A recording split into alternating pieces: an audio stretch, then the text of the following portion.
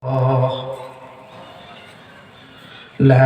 إله إلا الله لا إله إلا الله لا إله إلا الله لا إله إلا الله لا إله إلا الله لا إله إلا الله لا إله إلا الله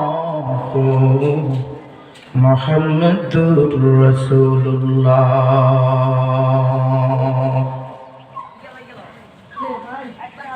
हर रंग में तो हर बो में तो हर जा में तो हर दाम हर रंग में तो हर जो में तो हर जा में तो हर दाम देखता हूँ जिधर चाहता हूँ आपकी रहमत का राम देखता हूँ जिधर चाहता हूँ आपकी रहमत का राम तो दिल में तो आता है समझ में नहीं आता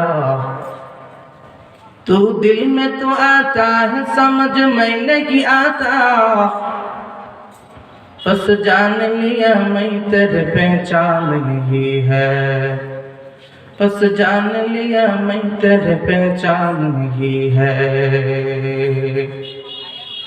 अल्हम्दुलिल्लाह ঐতিহ্যবাহী রাউদিয়া মাদ্রাসা 129তম মাহফিল। এই মাহফিলের সম্মানিত উলামায়ে কেরাম, আমার উস্তাদগণ, মুআজ্জাজ মুকাররম জাতির মাথার মুকুট হযরত উলামায়ে কেরাম,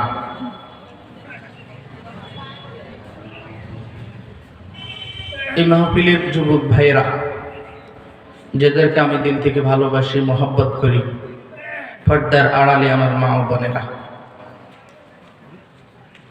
সাদা দাড়িওয়ালা চুল পাকা দাড়ি পাকা বাবার বয়সী বৃদ্ধ বাবাজিরা, স্কুল কলেজ ইউনিভার্সিটির ছাত্র বন্ধুরা, আল্লাহ রব্বুল আলামিন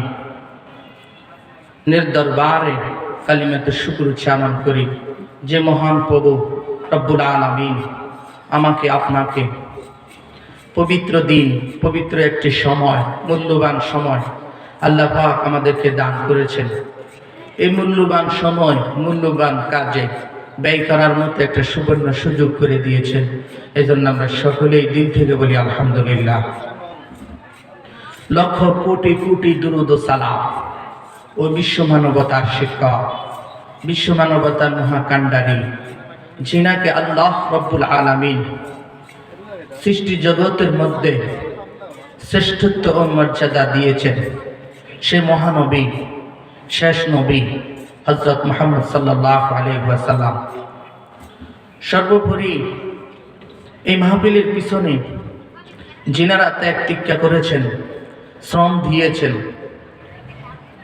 সামাজিকভাবে প্রশাসনিকভাবেও যিনারা সহযোগিতা করেছেন, আল্লাহ পাক রব্বুল আলামিন সকলকে শান্তির ব্যবস্থা করে দিন এবং পরকালে মুক্তির ব্যবস্থা করে দিন, বলেন আমিন। আমি আপনাদের সামনে একটি আয়াত পড়েছি।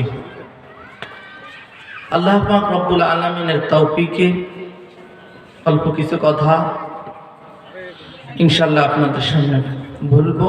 সর্বপ্রথম আমাকে এবং আপনাদের সবাইকে আল্লাহ পাক আমলের নিয়তে শোনার, বোঝার তৌফিক দান করুন। সকলেই বলি আমিন। কুল্লু নাফসিন যায়িকাতুল মাউত, প্রত্যেক প্রাণীকে মৃত্যুর স্বাদ গ্রহণ করতে হবে। মৃত্যুর সুধা প্রত্যেকটা প্রাণীকে গ্রহণ করতে হবে। কুল্লু নাফসিন যায়িকাতুল মাউত, মৃত্যুর কথা স্মরণ করা লাগবে। জীবিত যত প্রাণী আল্লাহ পাক রব্বুল আলামিনের এই পৃথিবীতে যত প্রাণী রয়েছে একদিন না একদিন সবাইকে এই দুনিয়া ছেড়ে পরপারে পাড়ি দিতে হবে। কথা বলেন ঠিক কিনা? হে মুসলমান ইমানদার, আল্লাহর গোলাম, মৃত্যু কেমন জিনিস? যখন তোমার মৃত্যু, আজরাইল যখন হাজির তোমার দরজায়, আজরাইল যখন হাজির হয়ে যাবে, এক সেকেন্ডও দেরি হবে না, এক সেকেন্ডও দেরি করবেন না। মৃত্যুর দরজায় যখন আজরাইল হাজির, বলে আজরাইল ভাই একটু সুযোগ দাও, একটু সুযোগ দাও, আমি 10 তলা বিল্ডিং বানাইছি, এই বিল্ডিংটা উদ্বোধন করে তারপরে মারা যাব। আজরাইল সুযোগ দিবে? দিবে না। আজরাইল যখন বাড়ির দরজায় হাজির, বাড়ির দরজায় যখন উপস্থিত, বলবে আগামী দিন আমার ছোট্ট মেয়েটার বিবাহ, বাজার থেকে সরঞ্জাম কিনে আনছি, আজরাইল একটু সুযোগ দাও, আমার সন্তানটার বিবাহর কাজ আমি সন্তুষ্ট করব, সম্পূর্ণ করব, দাও একটু সুযোগ দাও। সুযোগ দিবে? আজরাইল বাড়ির দরজায় হাজির, আমার সন্তান আগামী দিন বিদেশের বাড়িতে সফরে যাবে, এরে আজরাইল একটু সুযোগ দাও, যদি একটু সুযোগ দাও সন্তানটারে বিদায় দিয়ে তারপরে মৃত্যুবরণ করব। এরে আজরাইল, আজরাইল শুনবে? শুনবে না। মৌত কাসিং কুল্লু নাসিং শারবু কবর বাইতিং কুল্লু নাসিং দাখিলু। মৌতের সুদাপান করতে হবে প্রত্যেকটা প্রাণীকে, এক সেকেন্ডও দেরি করা হবে না। আজরাইল যখন হাজির, সাথে সাথে প্রাণ দিতে হবে। কি বলেন? কথা ঠিক কিনা? এই জন্য মরার আগে তওবা করার দরকার আছে না নাই? তওবা করে কত তওবা ভাঙ্গিলাম, অবশেষে তওবার দরজায় হাজির হলাম। আজরাইল হাজির, এক সেকেন্ড আজরাইল দেরি করবে না। এই জন্য বলবো মৃত্যুর আগে তওবা করার প্রয়োজন আছে না নাই?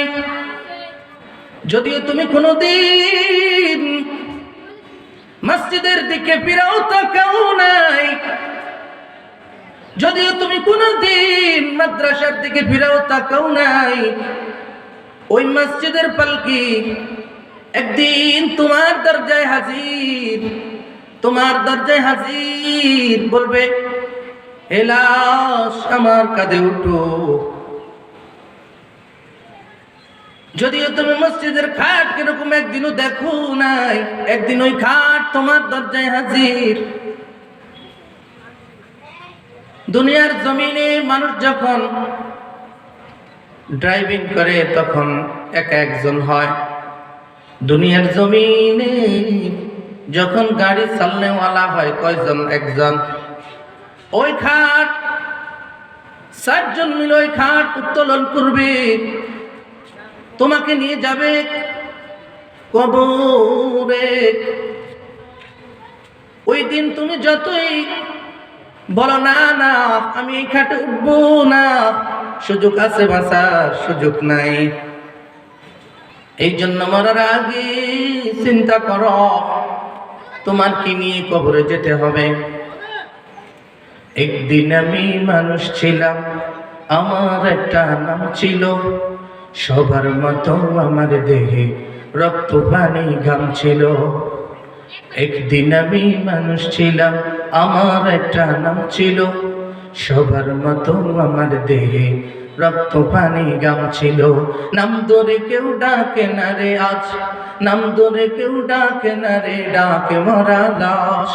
নাম ধরে কেউ ডাকে না রে, ডাকে মরা লাশ। একদিন আমি মানুষ ছিলাম, আমার একটা নাম ছিল, সবার মতো আমার দেহে রক্ত পানি গাম ছিল। কি বলেন, কথা ঠিক কিনা? ওই লাশ যখন হাজির, খাটিয়ানি যখন তার দরজায় হাজির, 60 জন লোক কাঁধে নিয়ে তাকে কবরে হাজির। কবরে যখন নিয়ে নামাবে, ইযা উদিয়াল মাইয়িতু ফি কবরিহি জাআল কুরআন ইনদা রাসি ওয়াস সালাতু আন ইয়ামিনি ওয়াস সিয়ামু আন শিমালি ওয়াসাইরুল হাসানাতি ইনদা রিজলাইন। এমন এক কবরে রাখা হবে, যদি বদকার হও কবরে আযাব আছে না নাই? অবশ্যই আযাব আছে। কবরে হাজির তোমাকে নিয়ে, এমন কবর উপরে বাঁশের ছাউনি, দুই পাশে মাটি আছে না নাই? আজকে যদিও 10 তলা বিল্ডিং তোমার ঘর, আজকে যদিও অসংখ্য সম্পদের মালিক তুমি, কিন্তু ওই কবরে যখন তোমাকে নিয়ে যাওয়া হবে, কবর কি 10 তলা করবে নাকি? কবর 10 তলা হবে? হবে না।